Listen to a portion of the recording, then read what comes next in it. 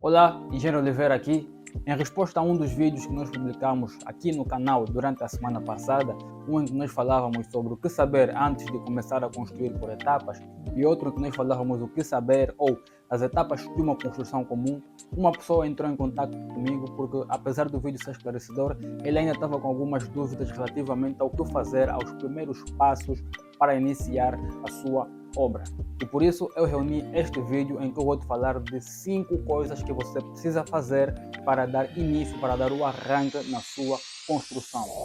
Começando pelo ponto número 1, alinhamento do seu terreno ou marcação do seu terreno. No caso dessa pessoa, ele tinha o seu terreno num loteamento ainda em construção. Ou seja, não havia construções adjacentes ao terreno dele para que ele pudesse comparar a sua marcação com o que recebeu no croquis de localização, que sejam as dimensões do terreno.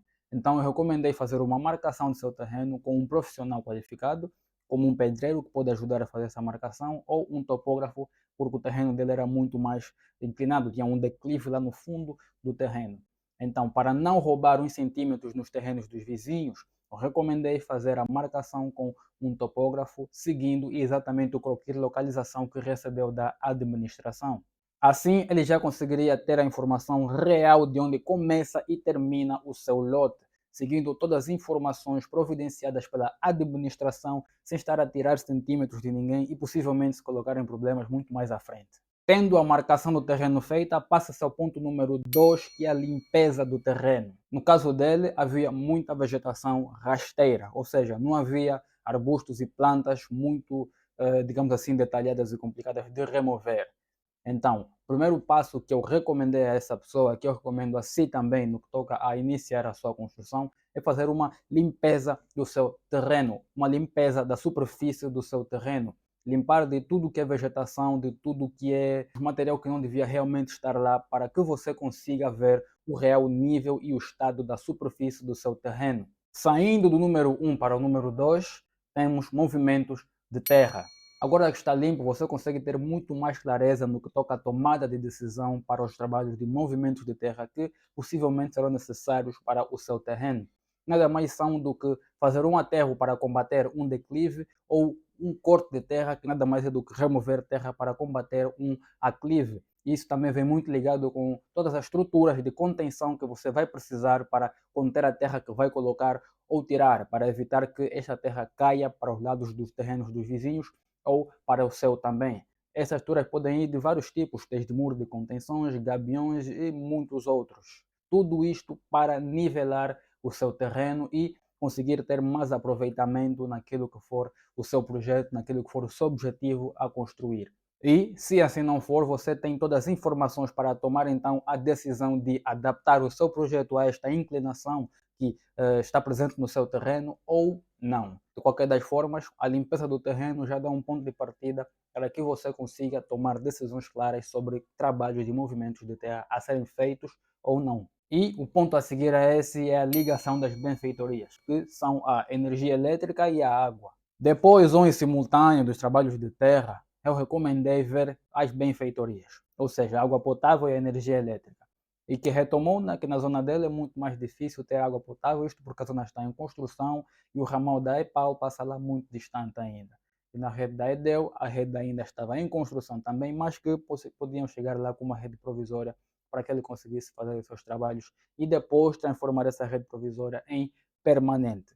Então, eu recomendo a si também que faça o mesmo. Verifique na sua zona a possibilidade de fazer a ligação da água e da energia elétrica. Isto porque praticamente todos os trabalhos dentro da construção precisam de água e todos também precisam de energia elétrica. Os equipamentos, as ferramentas manuais têm entrado em cada vez mais em desuso, então é recomendável que você tenha uma ligação de energia elétrica na sua obra. E caso não seja possível ter nenhuma das duas na sua obra, eu recomendo você fazer a ligação com o ponto a seguir, que é tapume. Ou seja, se não for possível você colocar as ligações de água e eletricidade na sua obra nesta fase, você tem que vedar a sua obra para que consiga construir um tanque de água subterrâneo ou ainda assim colocar um tanque elevado, um reservatório plástico para armazenar água para os serviços que se avizinham, bem como construir o seu estaleiro para poder colocar e armazenar os seus materiais e equipamentos, incluindo um gerador de eletricidade, um gerador elétrico. O tapume nada mais é do que uma construção de uma vedação temporária para a sua obra, ou seja, é uma construção que você vai fazer para depois remover. Ele pode ser feito em chapas, madeira ou contraplacado, uma infinidade de materiais podem ser usados, mas para obras residenciais estes são os mais comuns. Você pode usar o tapume logo no seu início, colocando porta e portão para fazer acesso tanto dos pedestres, dos técnicos e o seu também, quanto dos carros para descarregamento de material. Assim, você consegue fazer a sua obra muito mais protegida e com muito mais privacidade. Isto porque você vai construir o tapume e por dentro do seu terreno você vai fazer toda a sua construção. Você vai fazer o seu muro definitivo, aquele de alvenaria, né? O de tijolo ou blocos de argamassa. Você vai fazer o seu tanque e tudo que for a sua obra será feito dentro desta privacidade providenciada pelo tapume. Mas, engenheiro, se eu não tenho eletricidade, como é que eu vou fazer o corte das chapas do contraplacado? Opa, tem razão, até agora que não cheguei a dar essa informação. Mas cá vai. Vá até serralharias ou oficinas de marcenaria ou qualquer uma outra especializada naquilo que é o material que você vai utilizar para fazer o tapume. Assim, você sai de lá com todas as peças cortadas nas dimensões exatas que você precisará para construir a sua vedação temporária, o seu tapume. Então, quando chegar na obra, você vai simplesmente fazer os buraquinhos, chumbar os barrotes e a seguir pregar, que não é preciso nenhum equipamento, a chapa no barrote ou o contraplacado no barrote. Você consegue fazer isso rapidamente, dependendo do tamanho do seu terreno, mas com muita facilidade. Se não tiver eletricidade, vá até as oficinas, contrate o corte das peças e vá até a sua obra pronta para aplicar. Então, estes foram 5 pontos que essa pessoa vai levar em conta para fazer a sua obra, os primeiros passos para dar na sua obra, que você também pode usar caso esteja perdido relativamente ao que fazer logo a iniciar. Passando pelo número 1, alinhamento do terreno, número 2, limpeza do terreno, número 3, movimentos de terra, número 4, ligação de água e energia elétrica e número 5, o tapume. E foi isso, eu sou Engenheiro Oliveira e eu tenho muito mais conteúdo dentro dessa temática aqui no meu canal, ou seja, construção residencial. Em formato de dicas, pontos a seguir e muito mais.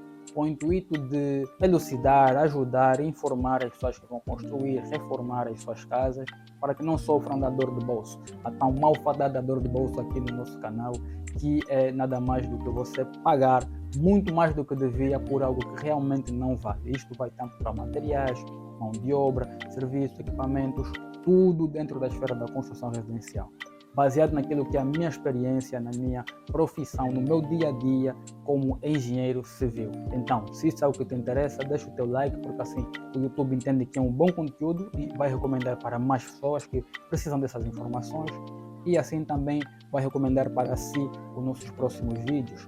Então, vai já deixando o teu like, subscreva o canal, porque assim serve de grande ajuda para nós crescermos e aumentarmos a nossa audiência para esta informação importantíssima, para que você e outras pessoas não sofram da dor de bolso, da tão malfadada dor de bolso por não saber.